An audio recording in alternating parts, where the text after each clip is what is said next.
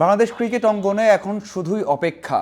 সবাই অপেক্ষা করছেন যে কখন বাংলাদেশের বিশ্বকাপ ভাগ্য ঠিক হয়ে যাবে, কখন আইসিসি সিদ্ধান্ত জানাবে, কখন মিটিং শেষ হবে।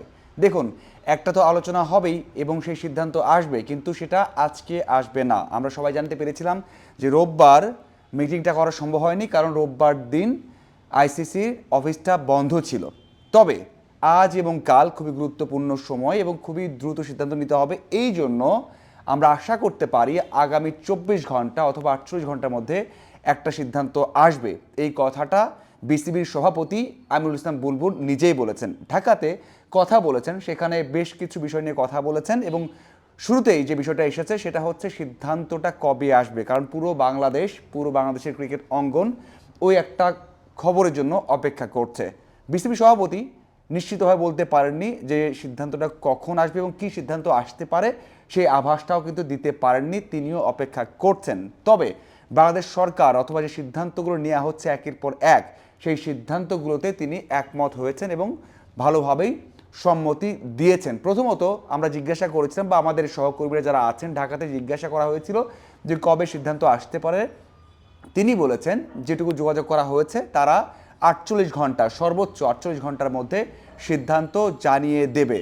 কি সিদ্ধান্ত আসবে এই প্রশ্ন তো আসবেই, অবভিয়াসলি আসবে যে সিদ্ধান্ত কি আসতে পারে এবং কি যোগাযোগ করা হলো। প্রত্যেকটা মুহূর্ত ইম্পর্টেন্ট। আমাদের এখান থেকেও অনেক সিনিয়র সাংবাদিকরাও চেষ্টা করছেন যে জানার জন্য যে মিটিংটা হয়েছে কিনা, সিদ্ধান্ত কি আসতে পারে। ভারতে এবং বাংলাদেশে বিভিন্ন গণমাধ্যম বিভিন্ন ধরনের কথা বলছে। এখন পর্যন্ত আমরা যা বলছি তার নিশ্চয়তা মানে একেবারে 100% এটা হতে যাচ্ছে বলা খুবই কঠিন।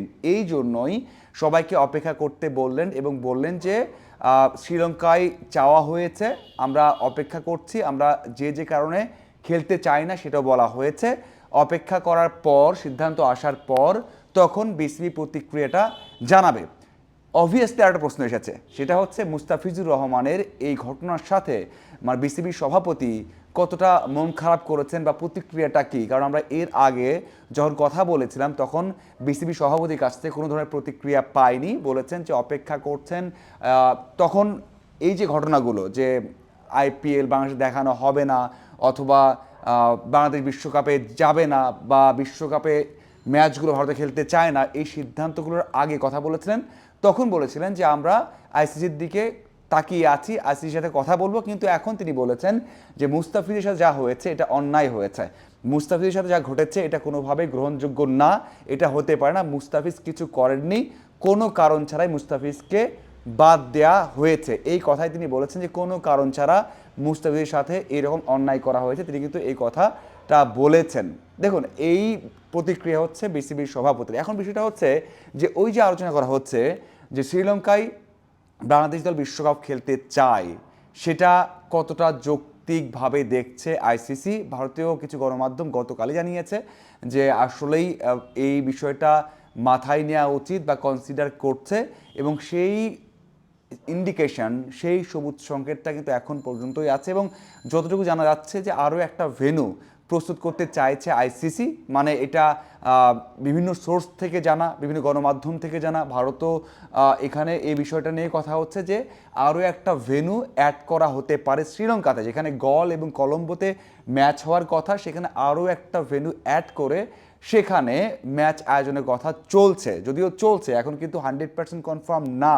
যদি আমি বলি বা কেউ বলে, এটা আসলে কেউ বলতে পারবে না যে 100% কনফার্ম হয়ে গেছে, কারণ এখন যে অবস্থাতে আছে আপনি একেবারে ভারতে যে ম্যাচ হবে না সেটা বলা ঠিক হবে না। কারণ টিকিট বিক্রি হয়ে গেছে, হোটেল বুক দেওয়া হয়ে গেছে, প্রত্যেকটা দলকে বলা হয়ে গেছে, প্রত্যেকটা দল তাদের প্রিপারেশন নিয়েছে কলকাতা এবং মুম্বাইয়ের কথা চিন্তা করে। এখন হঠাৎ করেই যে শ্রীলঙ্কায় যেতে পারবে, উইকেট কন্ডিশন, দর্শক, নতুন এনভায়রনমেন্ট, নতুন ভেন্যু, সব কিছু মিলে অনেক বড় একটা ধোঁয়াশা কিন্তু এখানে আছে। এবং ভারত থেকেও একটা আভাস পাওয়া গেছে, যেটা পাওয়া গেছে যে তারা বলছেন যে মে কনসিডার শ্রীলঙ্কায় যাওয়ার জন্য। আবার এটাও বলা হচ্ছে যে এত কিছু শর্তে বাংলাদেশের ম্যাচগুলো বাইরে আয়োজন করা সম্ভব নাও হতে পারে। এই যে দুইটা বিষয় কিন্তু এখনও আছে। এখান থেকে 100% বলা অথবা 90% কনফার্ম বলাটা খুবই কঠিন, কারণ ওই যে বিসিবি সভাপতি বললেন যে মিনিমাম 24 ঘন্টা অথবা 48 ঘন্টা এর মধ্যেই জানানো হবে চূড়ান্ত সিদ্ধান্তটা। এখন বিষয়টা হচ্ছে, যদি আইসিসি জানায় যে ম্যাচগুলো ভারতেই খেলতে হবে, তখন বিসিবি কী করবে? এটা হচ্ছে সবচেয়ে গুরুত্বপূর্ণ প্রশ্ন। আমি নিজেও এ বিষয়ে জানার চেষ্টা করেছি, কিন্তু কেউই এ বিষয়ে কথা বলতে চান না। বিসিবি থেকে কোনো স্টেটমেন্ট নেই এবং বিসিবি সভাপতিও এই বিষয়ে এখনই কথা বলতে চান না। আগে সিদ্ধান্ত আসুক, তারপরে এই বিষয়ে সিদ্ধান্ত নেওয়া যাবে ওই যে সরকারের সাথে কথা বলে। কারণ এর বড় একটা ইস্যু, বাংলাদেশ দল যদি ভারতে খেলতে নাই চায় এবং ভারতে যদি দেয়া হয়, তখন বাংলাদেশ দল কী করবে? যদি বাংলাদেশ দল খেলতে না যায় বিশ্বকাপ ভারতে দেওয়ার পর, তখন আইসিসি কী করবে? অন্য কোনো দলকে নেবে, নাকি ওই গ্রুপে 4টা দলই খেলবে? এরকম অনেক বিষয় চিন্তা করার বিষয় আছে। তবে সব কিছু ঝুলে আছে আইসিসির সেই সিদ্ধান্তের উপর। এটা খুবই খুবই কঠিন একটা সিদ্ধান্ত। এখন সবাই সবাই অপেক্ষায় আছে সেই সিদ্ধান্তের জন্য। আমরা যতই বলি না কেন যে শ্রীলঙ্কায় ওই যে তৃতীয় ভেন্যুতে বা 3 নম্বর ভেন্যু তৈরি করা হচ্ছে, ওখানে খেলা হবে, এটা একটা অপশন। ভারতে অন্য কোনো নিরপেক্ষ ভেন্যুতে খেলা দিতে পারে, এটাও একটা অপশন। তবে কোন অপশনটা আইসিসি ঠিক করে সেটাই দেখার অপেক্ষা। ধন্যবাদ সবাইকে সহায় থাকার জন্য।